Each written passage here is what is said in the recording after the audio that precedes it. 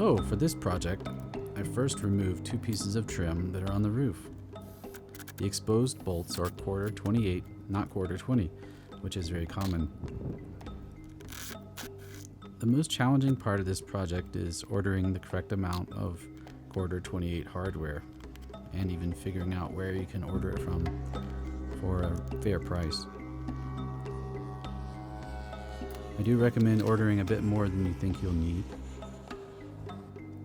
I believe I attached each rail to 5 studs on each side.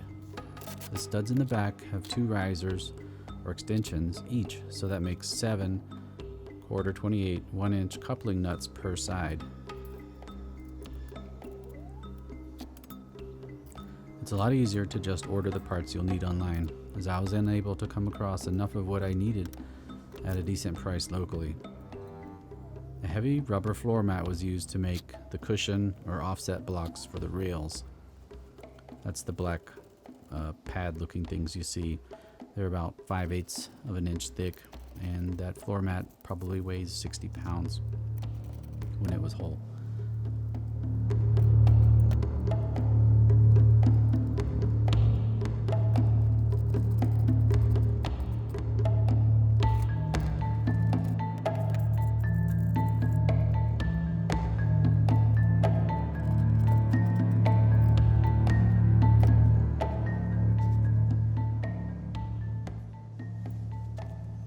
The long aluminum section you see was used to ensure that the rail is installed as flat as possible, as the roofline of these vans is curved, and when you tighten the screws down, it's easy to bend the unistrut, and it's really good to verify that it's flat as possible.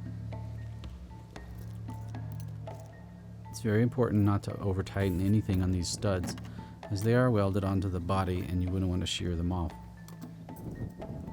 I ended up changing the location of the crossbeams several times, eventually opting to have them closer to the rear. As you can see, the clearance at the front is very close, which was intentional. I cannot detect any additional road or wind noise beyond what is normal with these vans, which is a little bit surprising. The brackets used to attach the Renogy 100-watt solar panel were purchased via Amazon. I believe they're called Z brackets. I installed them in a non-standard way in order to get the panels as low as possible. Most of the other components are unistrut, which can be had at your local hardware store. The most challenging part was deciding how many washers and extensions to put on each individual stud that I attached the rail to. The best way to do this is figure it out one side at a time. Then once you get it, repeat it on the other side. The entire apparatus is quite stable once both sides are connected together via the cross rails. I think adding one more panel to my setup further reduced the solar heat gain that is imparted to the vehicle from above simply by blocking the sun. Of course, other items could be easily attached to this system since the unistrut rails and connecting hardware are available all over the US. I was going to use the more beefy unistrut, as the slim unistrut does flex very easily.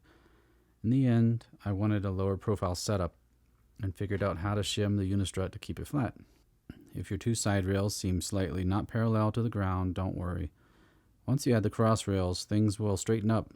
However, I would not push your luck, and I'd only try this if they are slightly not perpendicular.